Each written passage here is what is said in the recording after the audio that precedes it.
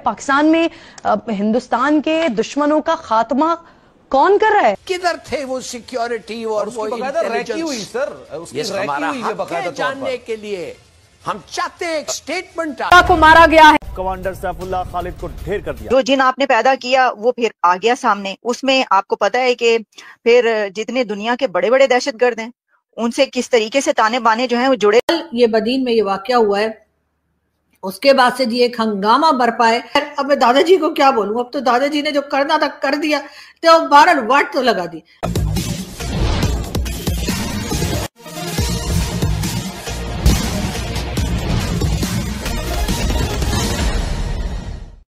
ये बदीन में ये वाकया हुआ है, उसके बाद से जी एक हंगामा बरपा है सोशल मीडिया के ऊपर और दिखाया जा रहा है। और मुझे हैरत इस वक्त हुई जब मैंने अपने 2-3 जर्नलिस्ट लोगों को देखा, जो कि जर्नलिस्ट हमारे पाकिस्तान में मौजूद हैं, कि वो हमदर्दी जता रहे हैं, वो अफसोस जाहिर कर रहे हैं इस आदमी के मर जाने पे। और मैंने अपना सर पकड़ लिया, मैंने कहा दादाजी, लेकिन खैर अब मैं दादाजी को क्या बोलूं, अब तो दादाजी ने जो करना था कर दिया, तो बहरहाल वाट तो लगा दी। लेकिन बात सारी है कि अब उनको भी नहीं पता होगा दादाजी को कि यहाँ इस कंट्री में इस किस्म के लोग, इसलिए कि मेरे दादाजी तो काफी मॉडर्न किस्म के आदमी थे, तो मुझे तो नहीं लगता कि उन्होंने कभी सोचा भी होगा कि यहाँ पर इस किस्म के जिहादी, इस किस्म के टेररिस्ट और इस किस्म के इंतहा पसंद जो हर वक्त किसी को मारने के लिए घूमते रहते हैं, खून के प्यासे, जैसे कहते हैं ना, जो हम लोग हॉरर मूवीज में देखा करते थे ना, ड्रैकुला या इस किस्म के वेम्पायर्स किस्म के लोग जिन्हें हर वक्त किसी का खून बहाना अच्छा लगता है, इस किस्म के लोग तो यहाँ पर घूम रहे हैं।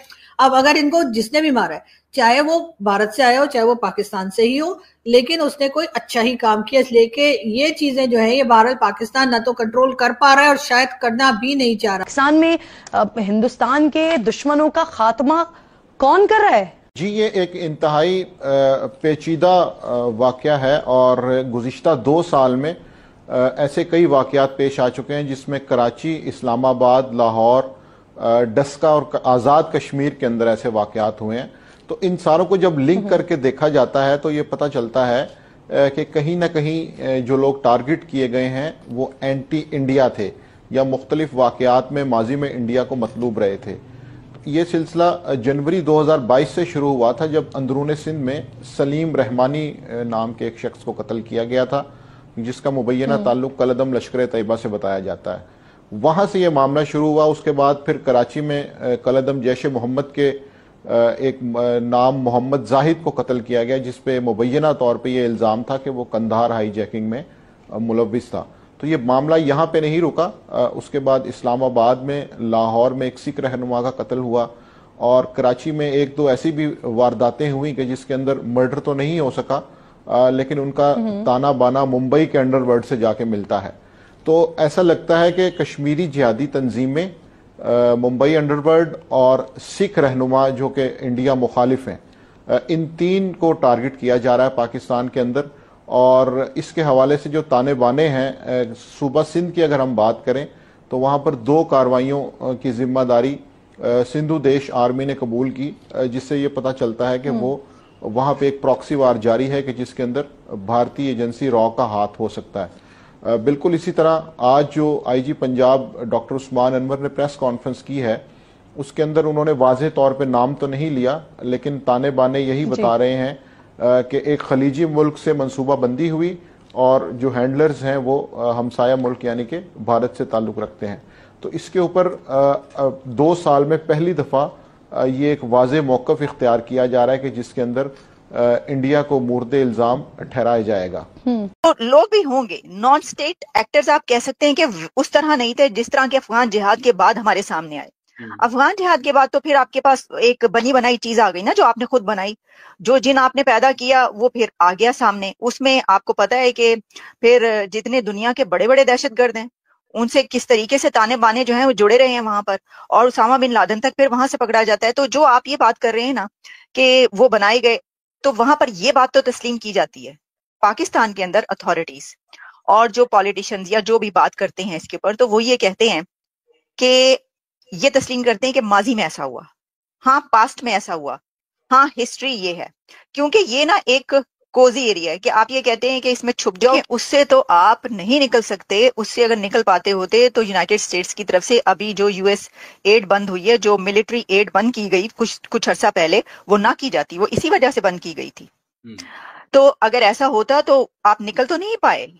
आपके जो आज हो रहा है पाकिस्तान के अंदर और जो पिछले 10 सालों से पाकिस्तान के अंदर जारी है, और जैसे वहां पर अपने खुद पाकिस्तान के अंदर जो जगह जगह फट रहे हैं, और फिर पूरी दुनिया में जो हमले हुए हैं, वो लंदन के हमले हों, वो कोई भी 9/11 हो, कोई भी हो, उसके बाद फिर आपको उनके साथ मिलकर जो है जंग लड़ना पड़ी। ये जो कुछ हुआ इससे नहीं निकल सकते। लेकिन जो आप कह रहे हैं ना कि देखें, डिनाई करना तो बहुत आसान है ना।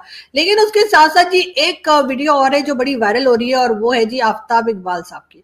आफ्ताब इकबाल साहब भी जो है वो जर्नलिस्ट हैं, और एक जमाने में जिस वक्त इमरान खान साहब, अब इमरान खान साहब के फेवर में भी बात करते हैं, भी बता दूं मैं, इमरान खान साहब के साइड के हैं। और इमरान खान के जमाने में जो है इनको काफी, उस वक्त आसिफ गफूर साहब हुआ करते थे और कई दूसरे जो भाई लोग थे उस टाइम के, उनके बड़े फेवरेट थे, और इनको बड़ा, मैंने सुना है, बड़ा माल पानी भी मिला है, ठीक है ना। तो वो लेकर जी ये अपना काम वाम कर रहे थे, जो भी कहा जाता होगा बहरहाल। तो अब ये जो है ये पहले दुबई चले गए और अब सुना है यूके चले गए, और वहां से बैठकर ये वीडियो बना रहे हैं। और जो यूके वूके निकल जाता है, आपको तो पता है, अगर वो इमरान खान का सपोर्टर है तो फिर तो वो ऐसी तैसी करता ही है। तो बहरहाल आफ्ताब इकबाल साहब जो है उनकी एक वीडियो जो है, वीडियो क्लिप जो है वो बड़ी वायरल हो रही है, और उसमें उनका कहना ये है कि पिलग्राम का जो अभी हादसा हुआ है, या कह लीजिए बहुत से लोगों को मेरा हादसा कहना अच्छा नहीं लगता, अभी जो अटैक हुआ है, तो वैसे अटैक का जो इसका ट्रांसलेशन कुछ और, हमला कहते हैं शायद, खैर बहरहाल जो अभी अटैक हुआ है उसके बारे में बात कर रहे हैं। 2-3 लोगों के स्केचेस भी दिखा रहे हैं, 2-3 लोगों का नाम भी बता रहे हैं, और सबसे बड़ी बात यह कि इनका कहना यह है कि ये पाकिस्तानी है। यानी कि जो 2-3 लोगों के नाम उन्होंने बताया, मैं उनके वीडियो इधर इसलिए नहीं दिखा पा रही कि ऐसा ना हो ना कॉपीराइट मार दे ठट करके। आजकल तो हमारे लोगों को, आपको पता है कि यूट्यूब पे जो है ना, आप किसी का भरोसा नहीं कर सकते, तो इसलिए आप यूट्यूब पे किसी की भी वीडियो शेयर करते हुए जो है ना, इंसान को 200 बार सोचना पड़ता है। तो इसलिए मैंने सोचा कि रिस्क ना ही लूं। वो वीडियो आपको मिल जाएगी सोशल मीडिया पर, आप देख सकते हैं। मैंने भी अपने ट्विटर पे रीट्वीट किया हुआ है, और कई इंडियन जो है उन्होंने भी लगा रखा है, तो उधर जाकर भी आप चेक कर सकते हैं। लेकिन ये कि बहरहाल काफी इनकी वीडियो वायरल है, और उसमें इन्होंने 2 से 3 स्केचेस दिखाए हैं, नाम बताए हैं, और इनका कहना ये है कि ये लोग जो हैं जिन्होंने अटैक किया था कश्मीर में, अभी जिसके ऊपर जो है भारत ने पाकिस्तान पे अटैक किया, और कई चीजें चल रही हैं जिसमें पाकिस्तान ने कहा कि आपने कोई सबूत नहीं दिए हैं, ये बात भी पाकिस्तान की गवर्नमेंट ने की। उसके बारे में जी आफ्ताब इकबाल साहब का कहना यह है कि वो 2 से 3 आदमी जो थे वो पाकिस्तानी थे, बल्कि ना सिर्फ पाकिस्तानी थे बल्कि उन्होंने पाकिस्तान आर्मी के बताए, और उन्होंने कहा जी कमांडो भी रह चुके। तो कमांडो तो मेरे ख्याल है आर्मी के ही लोग होते हैं ना, या वैसे कोई स्कूल टीचर भी कमांडो हो सकता है। तो बहरहाल ये मैं नहीं कह रही, प्लीज कोई ये ना समझे कि ये मैं कह रही हूँ कि पता लगे कि मेरी डोरबेल बज रही है, आ जाना जरा क्या बोल रही थी। तो मैं नहीं बोल रही, ये आफ्ताब इकबाल साहब बोल रहे हैं, और वो मुल्क से बाहर बैठे, तो इसलिए आप उनको पकड़ भी नहीं सकते। लेकिन ये कि बहरहाल देखा जाता है कि क्या होता है। लेकिन बहरहाल आफ्ताब इकबाल साहब ने ये बड़ी एक अजीब सी वीडियो बनाई है, और जिसके ऊपर यकीनन इन्वेस्टिगेशन होनी चाहिए। आप अगर हमसे जुड़ा रहना चाहते हैं तो कृपया मेरे चैनल को सब्सक्राइब करें तथा बेल आइकन भी दबा दें, ताकि नई वीडियो की जानकारी तुरंत आप तक पहुंच जाए। धन्यवाद। जय हिंद।